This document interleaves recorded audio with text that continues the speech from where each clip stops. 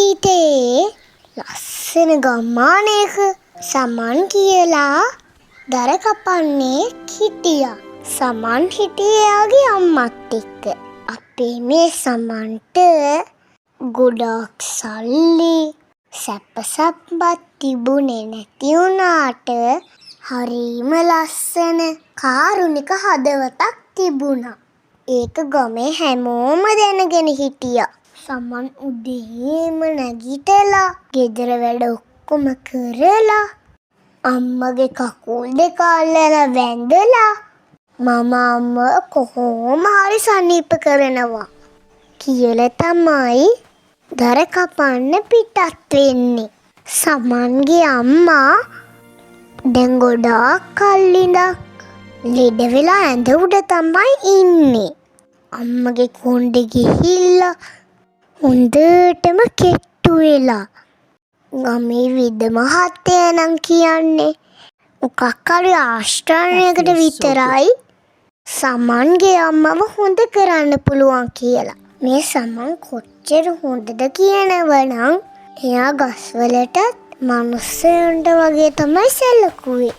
එයා ගහක් කපන්න කලින් ගහෙන් අවසර අරගෙන තමයි කැපුවේ.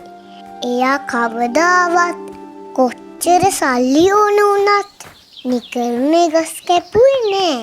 තරුණ ගස් ඉතුරු කරලා වයසින් ගොඩාක් වැඩි ගස් කපල තමයි හිටියේ. එක දවසක් සමන් වෙනදටත් වඩා කැලේ අතුලටම ගියා. සමන් ඈතින් ලොකු ගහක් තියනවා දැක්කා.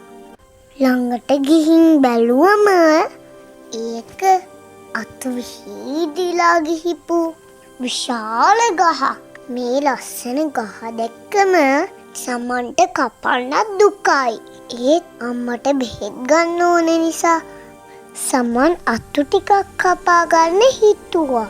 ගහ ළඟට ගිහිපු සමන් මෙහෙම කිව්වා, අනේ ලස්සන ගහ, මට ඔයාව දැක්කම ඔයාගේ අතක්වත් මට කපන්න හිතෙන්නේ. ඒත් මගේ ලෙඩ වෙලා ඉන්න අම්මට බෙහෙත් ගන්න මට ඔයාගෙන් අතු ටිකක් කපා ගන්න අවසර දෙනවද? මෙහෙම කියපු සමන් අතු කපන්න පොරව ඉස්සුවා. එක පාරටම ලොකු හුළඟක් ආවා. ගස්වල කුල රවුමට කරකෙන්න ගත්තා. එක පාරටම විශාල එළියක් ඇවිල්ලා අමුතුම කෙනෙක් මතුවුණා. එයා වෘක්ෂ දේවතාවක්. මෙයා හරිම ලස්සනයි. මේ දේවතාවිය හරිම සංසුන්ව කාරුණික කටහඬකින් සමන්ට කතා කරා. සමන්, මම වසර 100 ගාණක් තිස්සේ මේ කැලේ ජීවත් වෙනවා. මෙච්චර කාලෙකට කවදාවත්ම මම ඔයා වගේ ගස්වලින් අවසර ඉල්ලලා ගස් කපන කෙනෙක් දැකලා නෑ. ඒත් එක්කම සමන් පොරව බිම දාලා දේවතාවියගේ සමාව ගත්තා. බය වෙන්න එපා සමන්. මම ආවේ ඔයාට දඬුවම් කරන්න නෙමෙයි. ඔයාගේ කාරුණික බව නිසා විශේෂ වර 3ක් ලබා දෙන්න. ඔයාගේ හිතට දැනෙන ඕනම දෙයක් ඔයා ඉල්ලන්න. දේවතාවයනි, මටයි මගේ අම්මටයි කාටවත් කරදරයක් නොවී ජීවත් වෙන්න මුදල් ලබා දෙන්න. පළවෙනි වරේ ඉල්ලුව සමන් බොහොම සතුටෙන් ගෙදර ගියා. ගෙදර ගිහින් බලනකොට අමන්ගේ ගෙදර සාලේ මැද්දේ චූටි පෙට්ටියක් තිබුණා. ඒ පෙට්ටියේ එයාගේ පවුලේ අයට ඇති වෙන්න මුදල් තිබුණා. පෙට්ටියෙන් කොච්චර මුදල් ගත්තත් කවදාවත් සල්ලි ඉවරුනේ නැහැ. සමන් මේ සල්ලි වලින් නැති බැරි අයටත් උදව් කරා. සමන්ට කොච්චර සල්ලි තිබුණත් එයාගේ අම්මගේ අසනීපේ හොඳ කරගන්න සමන්ට බැරි වුණා. ඒක නිසා දෙවනි වරේ විදියට එයාගේ අම්මව සනීප කරගන්න සමන් තීරණය කරා. ඊළඟ දවසේ උදේම සමන් රුක්ෂ දේවතාවිය හම් වෙන්න ගියා. එයාගේ අම්මව සනීප කරලා දෙන්න කියලා ඉල්ලුවා. සමන්ගේ මේ අහිංසක ඉල්ලීම ගැන දේවතාවයට ගොඩාක් දුක හිතුණා. එයා සමන්ගේ ඉල්ලීම ඉෂ්ට කරා. ලොකු බලාපොරොත්තුවකින් ගෙදර ගිහපු සමන්ට අම්මා සනීප වෙලා ඉන්නව දැක්කාම කවදාටත් වඩා ලොකු සතුටක් දැනුණා. මේ විදිහට අම්මත් එක්ක හරීම සතුටින් අනිත් අයටත් උදව් කරගෙන කාටවත් කරදරයක් නැතුව සමන් ජීවත් වෙන අතරේ සමන්ගේ හිතේ තවත් ලොකු කනගාටුවක් තිබුණා. එයාගේ අම්මා ලෙඩින් ඉන්නකොට එයාට දැනෙච්ච දුකම අම්මට දැනෙච්ච වේදනාව ඒ වගේ හොඳ කරන්න බැරි අසනීප තියෙන අයට එයාලගේ පවුල්වල අයට දැනෙනව නේද කියලා සමන්ට හැමතිස්සෙම කල්පනා වුණා. මේ ගැන හිතපු සමන් තීරණයක් ගත්තා.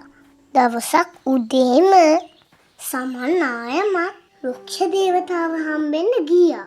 මේක සමන්ගේ අන්තිම වරය නිසා හොඳින් හිතලා බලලා දෙයක් ඉල්ලන්න කියලා දේවතාවිය මතක් කරා. ඊට පස්සේ සමන්ගේ හිතේ තියෙන දේ ගැන දේවතාවියට එයා කිව්වා. අනිත් අය ගැන හිතලා සමන් කරපු ඉල්ලීම ගැන දේවතාවිය ගොඩාක් සතුටු වුණා. ඒ වෙලේම සමන්ගේ ඉල්ලීම ඉටු කරා. මේ විදියට වසර ගණනාවක් හොඳ කරන්න බැරි අසනීප තිබුණු අයව සමන් හොඳ කරා.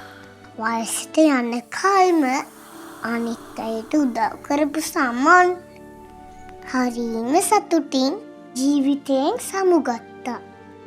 ඉතින් දුවේ පුතේ ඔන්න අදත් හරිම ලස්සන ආදර්ශමත් කතාවක් අරගෙන ඔයාලගේ ගෙදරට හේලි ආවා.